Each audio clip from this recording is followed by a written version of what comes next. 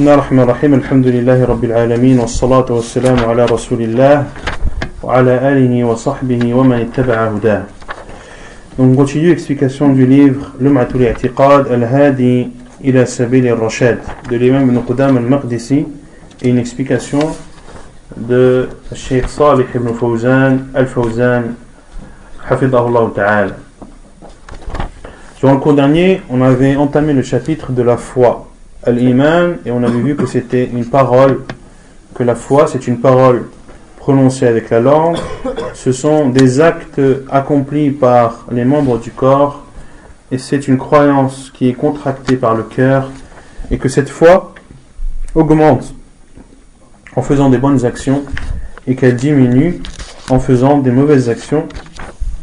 Et le cheikh avait cité les sectes qui contredisent cette définition que les gens de la sunna ont donnée à la science, et parmi eux, de façon plus précise, al-Murji'ah, qui considère que la foi est unique, que le niveau de la foi est unique, et qui considère que la foi n'augmente pas et ne diminue pas. ثم قال المؤلف قال الله تعالى وما أمروا إلا ليعبدوا الله مخلصين له الدين حنفاء ويقيموا الصلاة ويؤتوا الزكاة وذلك دين القيمة فجعل عبادة الله وإخلاص القلب وإقام الصلاة وإيتاء الزكاة كله من الدين. من الأدلة أن يقول الشيخ الفوزان من الأدلة على أن الإيمان قول واعتقاد وعمل وأنه يزيد بالطاعة وينقص بالمعصية قوله تعالى وما أمروا إلا ليعبدوا الله مخلصين له الدين حنفاء ويقيموا الصلاة ويؤتوا الزكاة وذلك دين القيمة. دلت هذه الآية على أن الإيمان قول وعمل واعتقاد لأن الله سمى هذه الأشياء دين القيمة والدين والإيمان بمعنى واحد والدين القيمة يعني الملة المستقيمة فجعل عبادة الله والإخلاص له وإقام الصلاة وإيتاء الزكاة جعل هذه الأمور منها ما هو اعتقاد ومنها ما هو نطق ومنها ما هو عمل. Donc l'imam Ibn Qudam al-Maqdisi dit, Allah Azza wa Jalla a dit, et il ne leur a été commandé cependant que d'adorer Allah subhanahu wa ta'ala, lui vouant un culte exclusif, d'accomplir la prière et de s'acquitter de la zakat, et voilà la religion de droiture. Et Cheikh al-Fawzan dit parmi les preuves que la foi est constituée de paroles, de croyances et d'actes, et qui augmente en faisant les bonnes actions et diminue en désobéissant à Allah Azza wa Jalla, c'est ce verset-ci. Et ce verset prouve que la foi est constituée de paroles, d'actes et de croyances. Car Allah Azza wa Jalla a cité toutes ces choses comme faisant partie de la religion. Et toutes ces choses, c'est quoi? D'adorer Allah subhanahu wa ta'ala en lui vouant un culte exclusif, de s'acquitter ou d'accomplir la prière et de s'acquitter de la zakat. D'adorer Allah Azza wa Jal en lui vouant un culte exclusif, cela englobe quel type ou quelle partie ou quel constituant de la foi? La parole, l'acte ou la croyance? Non? La foi?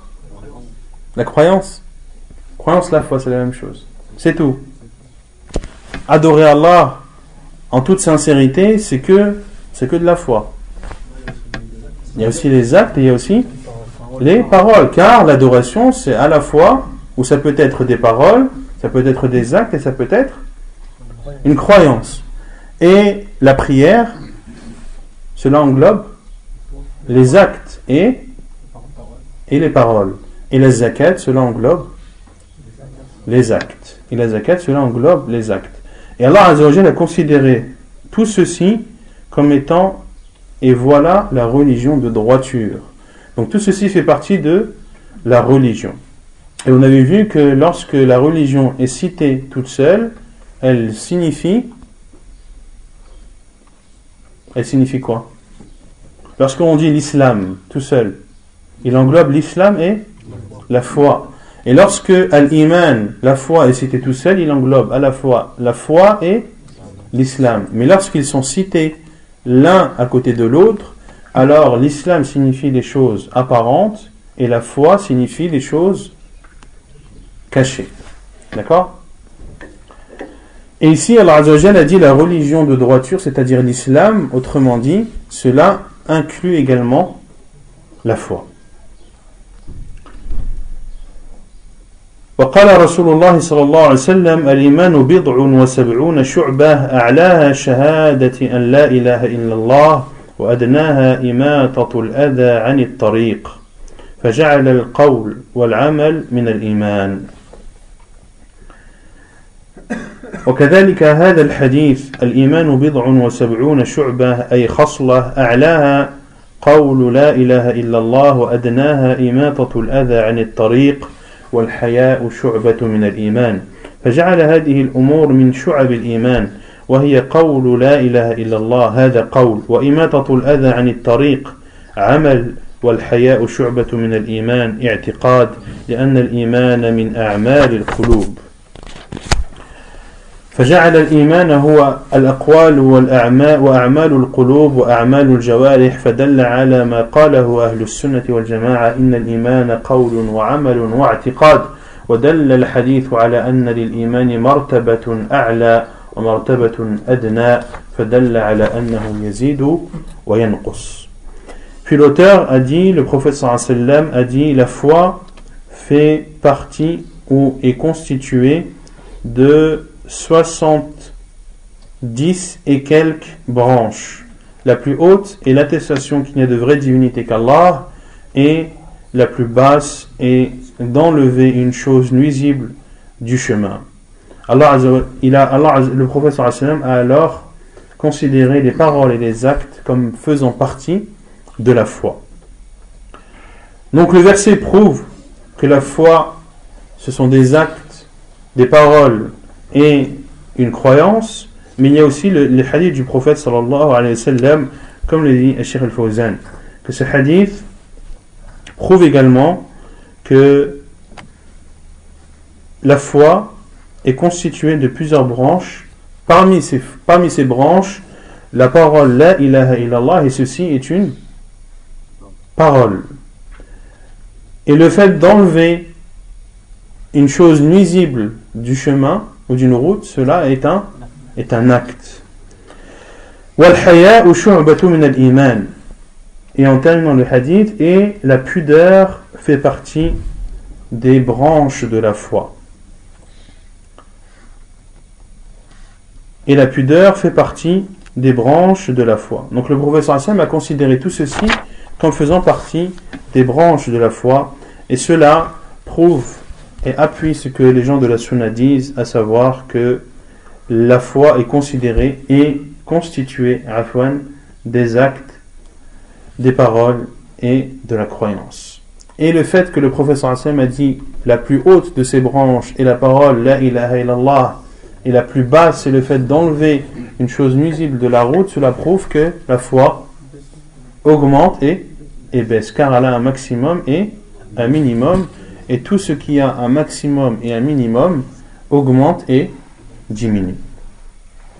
وقال تعالى فزادتهم إيمانا وقال ليزدادوا إيمانا. Et Allah Azza wa Jalla dit فزادتهم إيمانا, cela a accru leur foi. قال الشيخ الفوزان فأما الذين آمنوا فزادتهم إيمانا هذه الآية دليل على أن الإيمان يزيد وأنه ليس شيئا واحدا كما يقوله المرجئة وإنما هو شيء يتفاوت يزيد وينقص. وقوله تعالى فزادتهم إيمانا صريح في أن الإيمان يزيد بسبب نزول القرآن وسماعه والعمل به. Quant à ceux qui ont cru, leur foi a augmenté.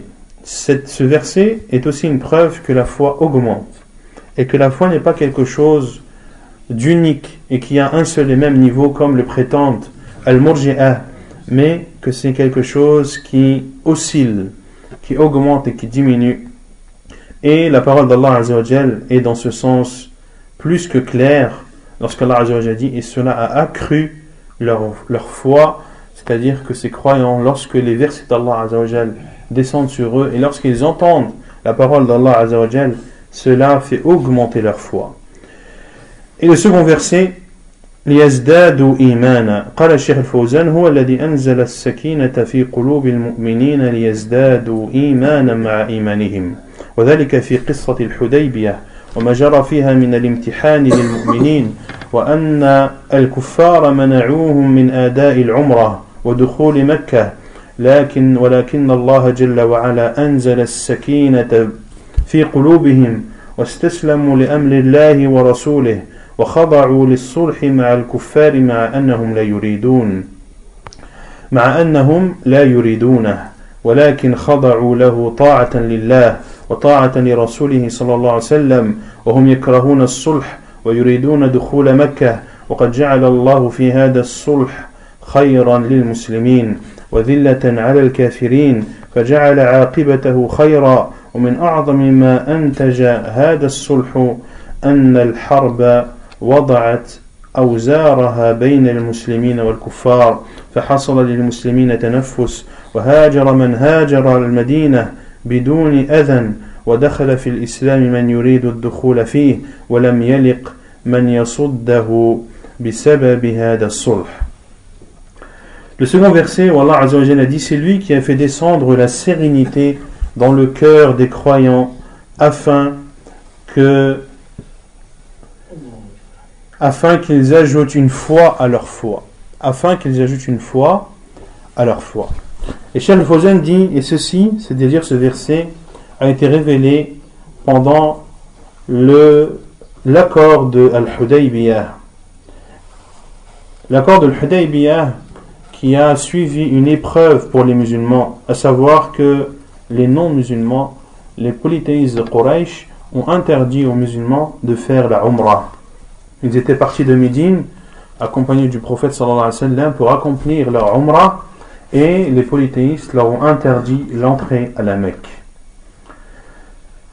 Et Allah Azza wa Jalla a fait descendre la sérénité dans le cœur des croyants, c'est-à-dire des compagnons du prophète sallallahu alayhi wa sallam, et ils se sont soumis à l'ordre d'Allah et à l'ordre de son prophète sallallahu alayhi wa sallam, et ont accepté de faire cet accord de paix malgré qu'ils ne le voulaient pas.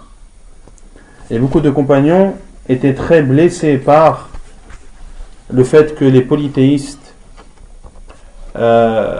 les aient empêchés d'entrer à la Mecque pour accomplir leur Umrah, et le prophète sallallahu alayhi wa sallam a accepté le sulh, a accepté de faire la paix et a accepté l'accord. Et parmi l'accord qui a été accepté par le prophète sallallahu alayhi wa sallam, Quraysh ont dit nous n'empêcherons personne de partir de la Mecque et d'aller à Médine, mais par contre nous interdirons à quiconque de sortir de Médine et de rentrer à la Mecque. Et le prophète sallallahu alayhi wa sallam a accepté, et beaucoup de compagnons étaient en colère et ont dit comment pouvons-nous accepter et nous humilier de la façon alors que nous sommes les croyants, mais le prophète sallallahu alayhi wa sallam a fait cela par la révélation d'Allah subhanahu wa ta'ala, car les paroles et les gestes du prophète sallallahu alayhi wa sallam sont une révélation. Ils ont alors accepté et se sont soumis à la décision du prophète sallallahu alayhi wa sallam.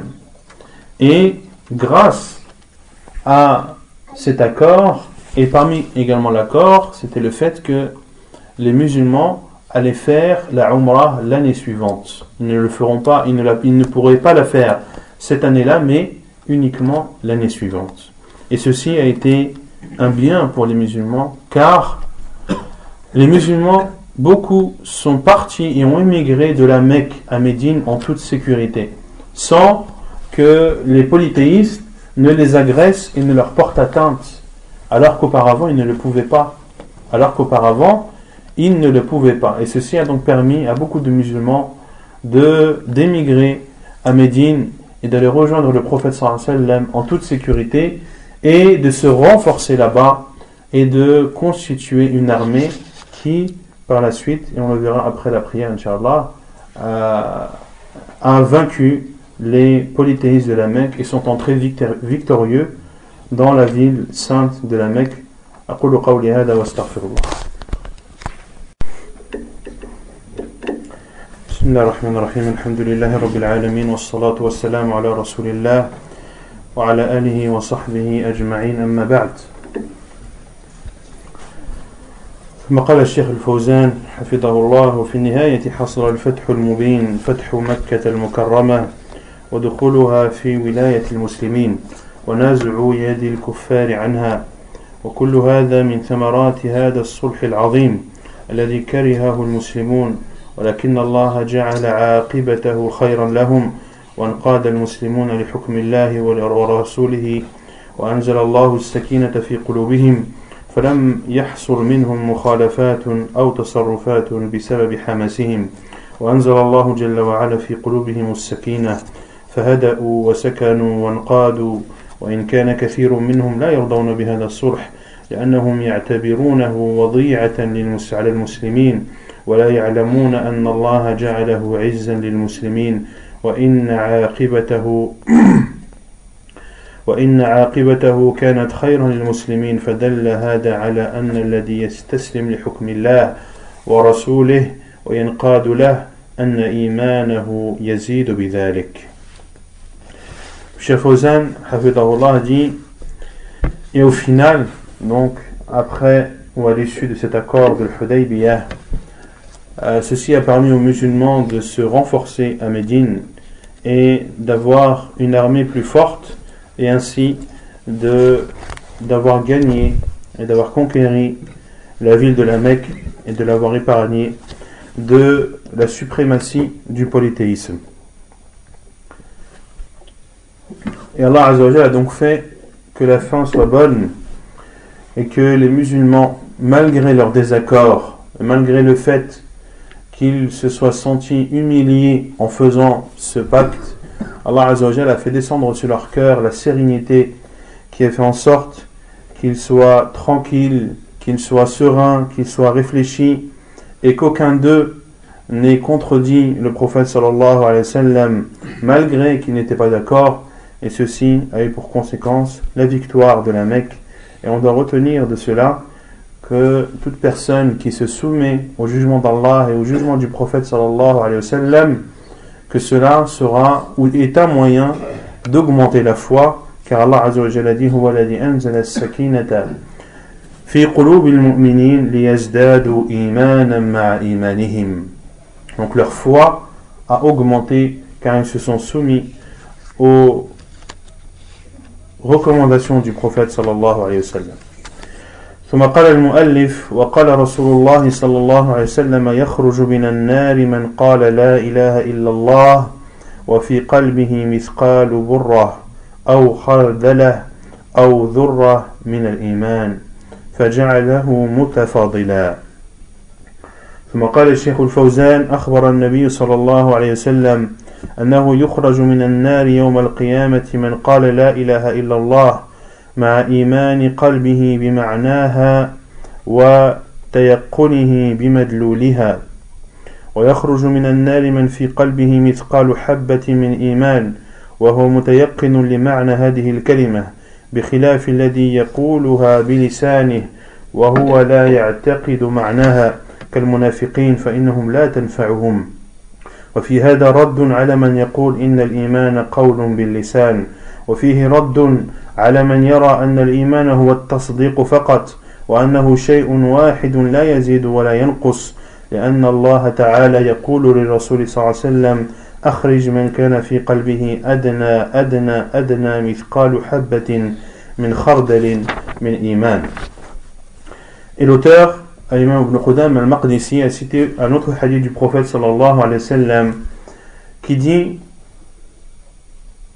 que sortira de l'enfer toute personne qui aura dit la ilaha illallah et dans lequel est présent dans son cœur l'équivalent d'un grain d'orge ou d'un grain de moutarde ou l'équivalent de la plus petite des créatures de foi.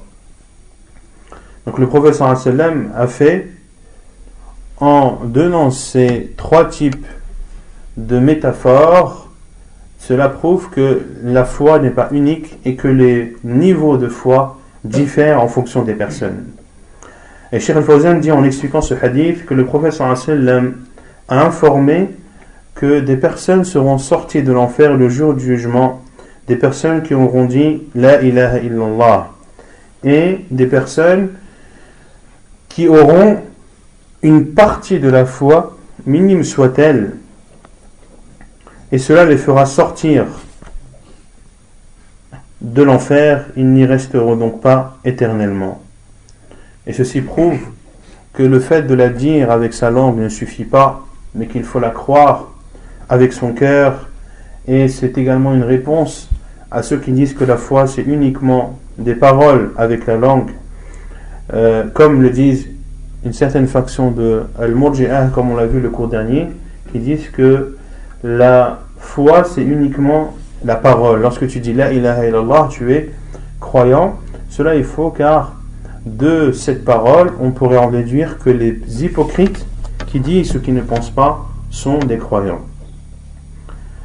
Et il y a aussi une réponse à ceux qui disent que la foi c'est uniquement dans le cœur, car le prophète sallallahu alayhi wa sallam a dit que sera sorti de l'enfer ceux qui disent La ilaha illallah.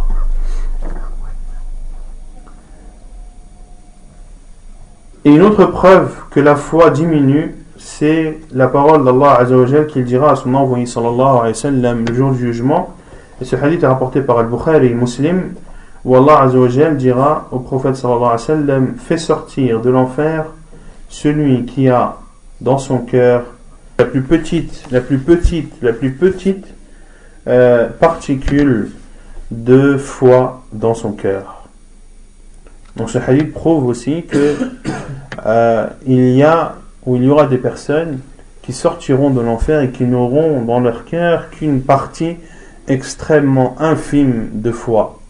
Ceci ne les privera pas d'être châtiés dans l'enfer, wal-'iyadhu billah, mais par contre le fait qu'ils aient cette partie de la foi dans leur cœur les empêchera d'y rester éternellement, car ceux qui resteront éternellement en enfer, ce seront uniquement les non-musulmans.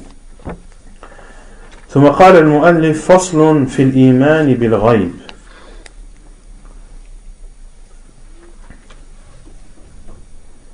عفوا. ثم قال الشيخ الفوزان: وهذا دليل على أن هذا إيمان ضعيف، ولكن لما اجتمع مع قول لا إله إلا الله واعتقد معناها نفع ذلك صاحبه وأخرجه من النار بعد الدخول فيها، لأنه لا يخلد في النار إلا أهل الشرك والكفر بالله، وأما أهل الإيمان وإن كان إيمانهم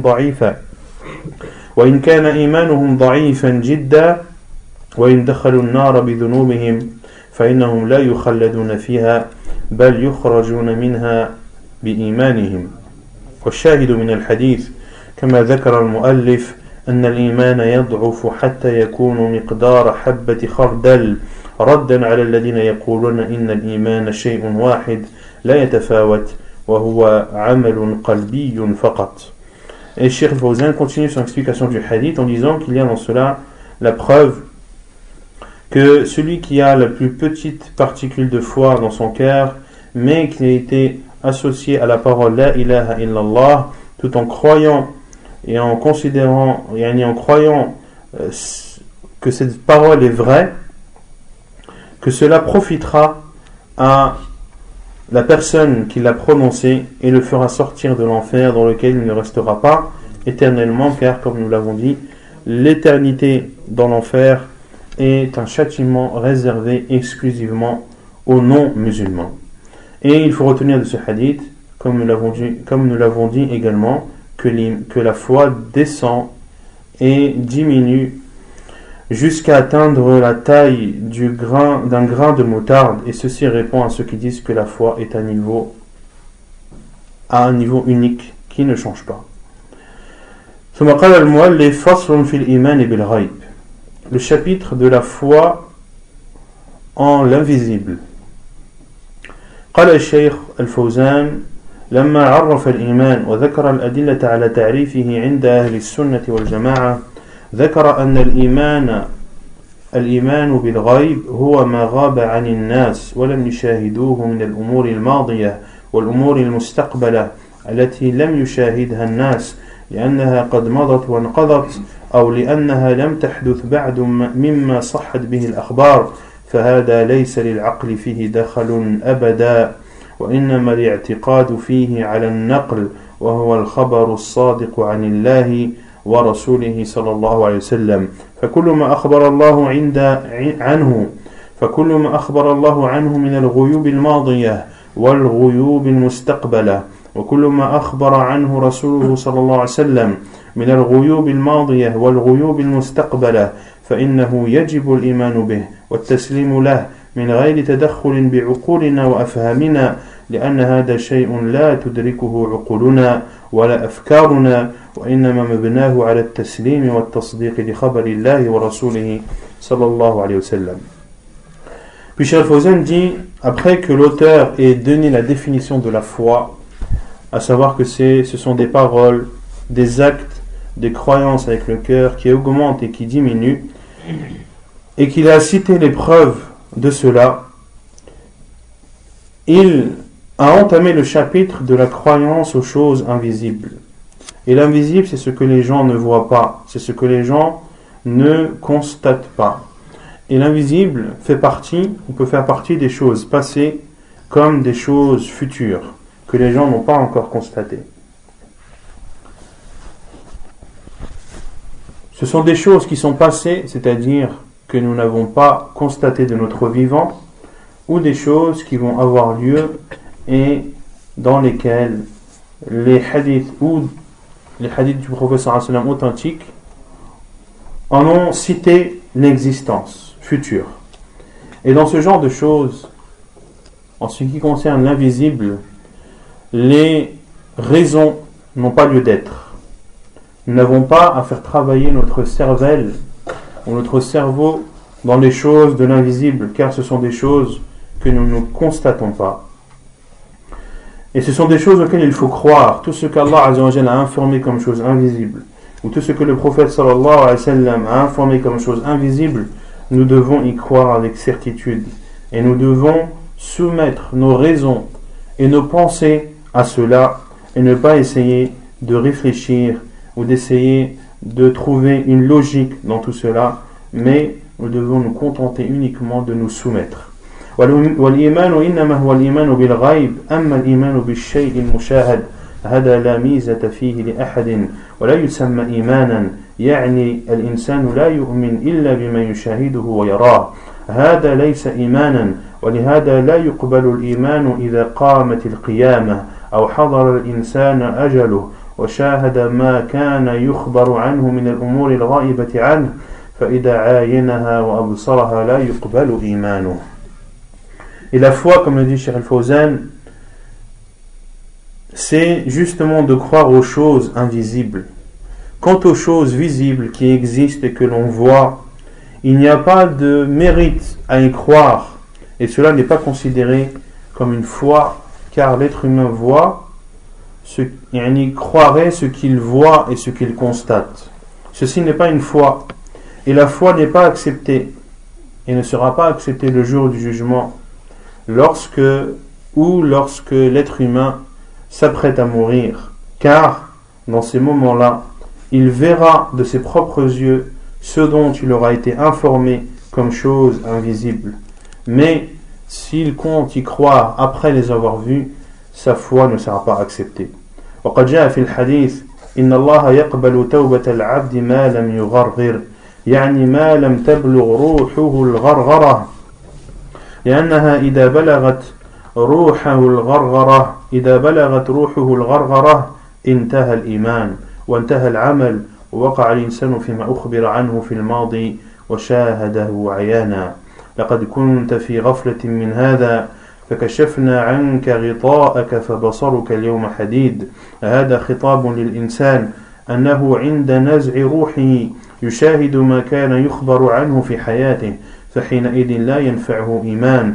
كذلك قوله تعالى يوم يأتي بعض آيات ربك لا ينفع نفسا إيمانها لم تكن آمنت من قبل أو كسبت في إيمانها خيرا.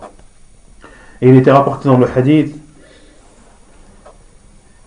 qu'Allah Azza wa Jal n'accepte pas le repentir du serviteur tant que son âme n'arrive pas à sa gorge. C'est-à-dire, tant que son âme n'arrive pas à sa gorge, c'est-à-dire que lorsque son âme arrive à sa gorge et qu'il s'apprête à mourir, alors la foi n'a plus lieu d'être et les actes sont suspendus et la personne verra et voit ce dont elle a été informée durant son vivant comme chose invisible, elle les verra comme réalité. Et Allah Azza wa Jalla a dit à ce sujet, tu restais indifférent à cela, eh bien alors nous ôtons ton voile, ta vue est perçante aujourd'hui. Allah Azza wa Jalla s'adresse ici à l'être humain. Lorsque son âme est retirée de son corps, il voit et constate ce dont il a été informé dans sa vie, mais à ce moment-là, la foi n'est plus profitable. Et Allah Azza wa Jalla a également dit, le jour où certains des signes de ton Seigneur viendront, la foi en lui ne profitera à aucune âme. Le jour où certains des signes de ton Seigneur viendront, c'est-à-dire le jour où tu verras ce qui t'avait été informé comme chose invisible, la foi en lui, c'est-à-dire en Allah Azza wa Jal, ne profitera à aucune âme qui n'avait pas cru auparavant. Donc la foi, c'est de croire aux choses invisibles. Et c'est justement le fait de croire avec certitude à des choses que tu n'as pas vues, mais dont on t'a informé, dont Allah Azza wa Jal et son prophète sallallahu alayhi wa sallam t'ont informé, c'est là où justement la foi peut être testée. وهذا إذا طلعت الشمس من مغربها حينئذ لا يقبل الإيمان ممن آمنوا حينئذ ولا تقبل التوبة ممن تاب لأن هذا أصبح حسا ومشاهدة لا غائبا ولهذا يقول جل وعلا بل كذبوا بما لم يحيطوا بعلمه ولما يأتهم تأويله كذلك كذب الذين من قبلهم فانظر كيف كان عاقبة الظالمين. Et également lorsque le soleil se lèvera de l'endroit où il se couche habituellement, à ce moment-là, la foi de ceux qui ont cru ne leur sera pas profitable. Et le repentir de ceux qui se repentent ne sera pas accepté, car lorsque le soleil se lèvera de l'endroit où il se couche, les gens verront et constateront de leurs propres yeux que cela est réel. Et n'est pas invisible. Pour cela qu'Allah Azza wa Jalla a dit, bien au contraire, ils ont traité de mensonges ce qu'ils ne peuvent atteindre par leur science et dont l'interprétation ne leur est pas parvenue. Ainsi, ceux qui vivaient avant eux traitaient d'imposteurs et traitaient de charlatans leurs messagers. Regarde comment a été la fin des injustes. Fanzur كيف كان عاقبة الظالمين. Regarde comment était la fin des injustes de tous ces peuples qui ont traité de menteurs et qui ont traité d'imposteurs les prophètes qu'Allah Azza wa Jal leur avait envoyés.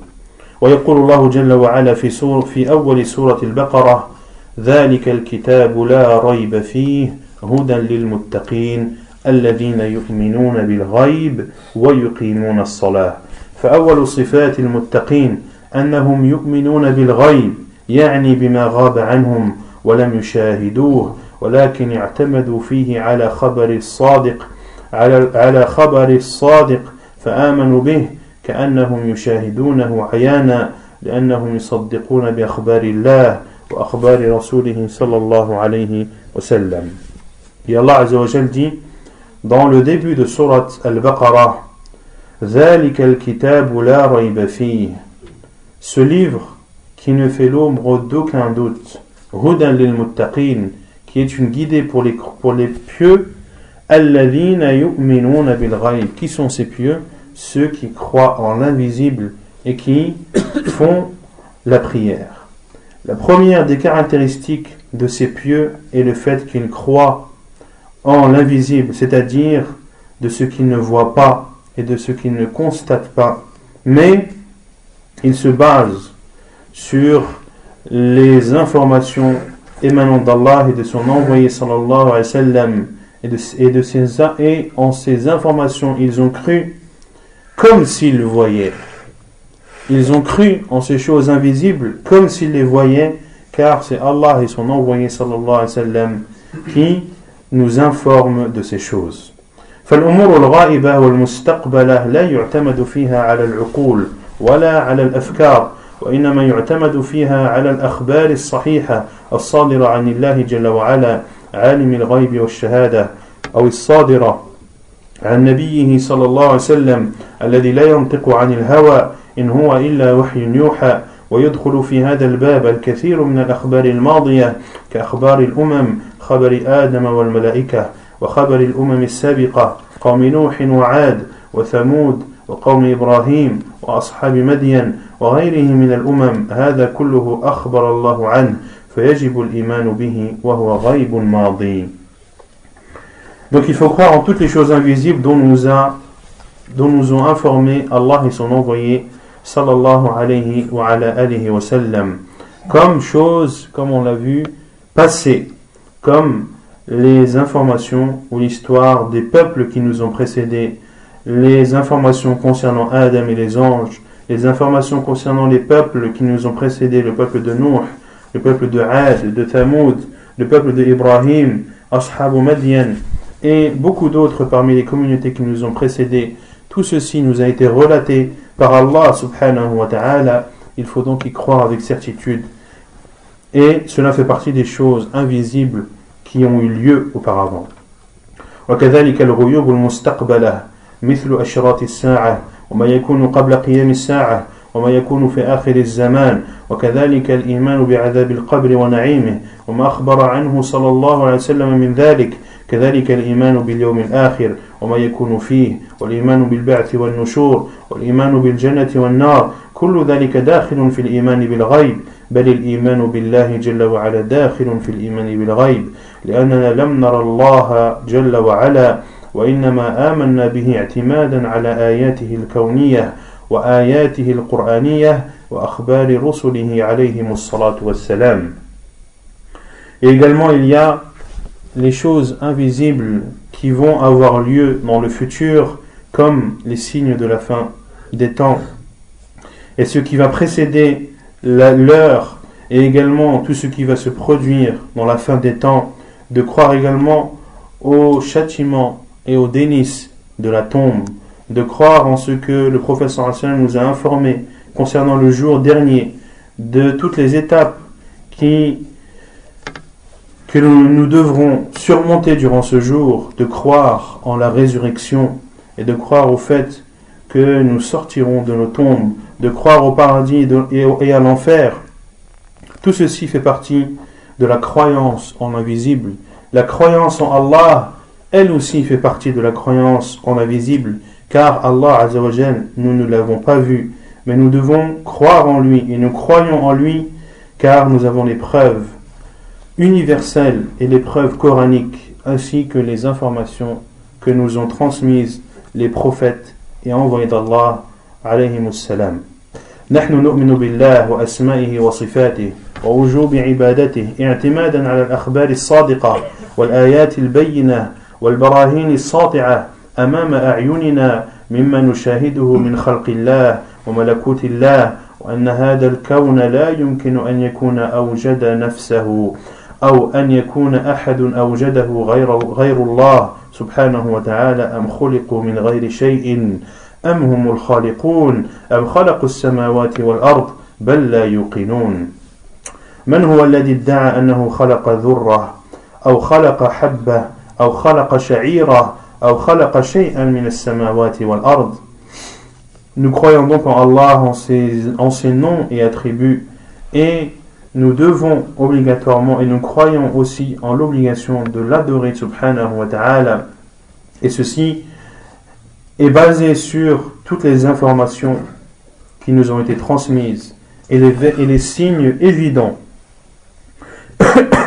que nous constatons tous les jours de nos propres yeux concernant la création d'Allah et la royauté d'Allah, et que cet univers n'a pu exister par lui-même, ni n'a pu le créer autre qu'Allah subhanahu wa ta'ala, comme il a dit Azza wa Jal dans Surat At-Tur, les versets 34 et 36. Am khuliqu min ghayri shay'in am humul khaliqun. Ont-ils été créés de rien, ou bien sont-ils eux les créateurs? Am khalaqu as-samawati wal ard. Ou bien ont-ils créé les cieux et la terre? Bal la yuqinun. Mais ils n'en sont pas convaincus.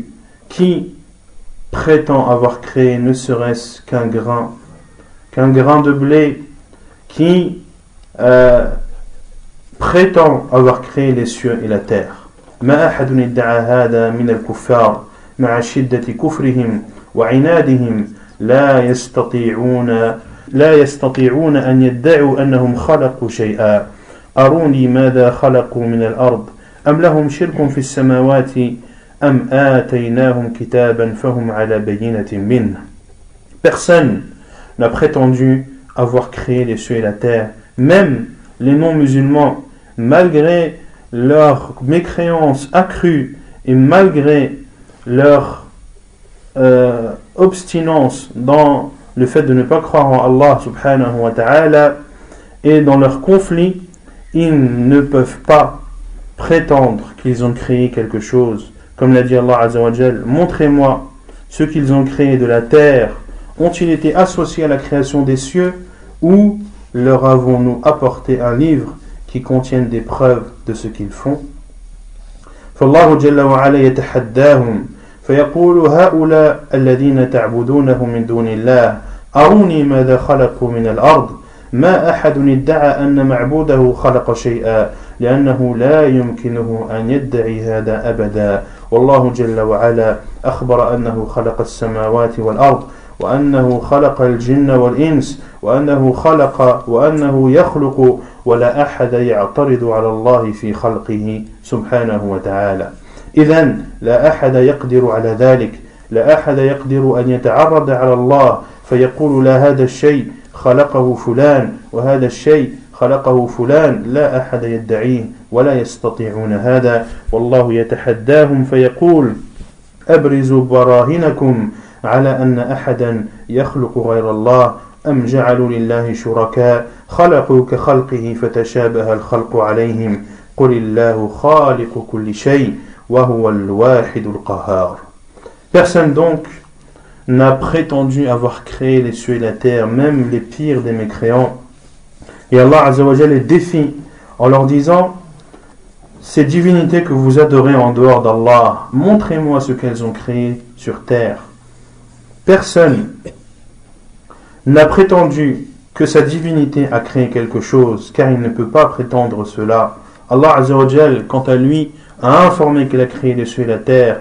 Il a informé qu'il a créé les djinns et l'être humain.